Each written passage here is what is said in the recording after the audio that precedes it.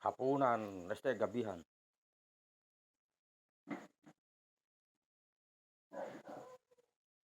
Ayun, yung kanin ko. Masarap yung kanin ko na yan eh.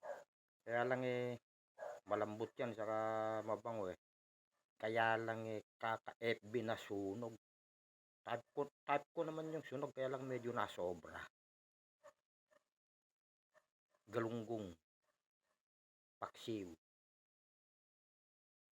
ginayat na sibuyas na may sukang binabaran ng sili, bawang, paminta, luya, at yung sibuyas na may dahon pa na ibinabad, sukang Iloko. At yung palaging hindi nawawala, ang palaya, okra, talong. May nasamang dalawang siling berde. So, lalaklakin ko ngayon ito. Sunog. Okay yan.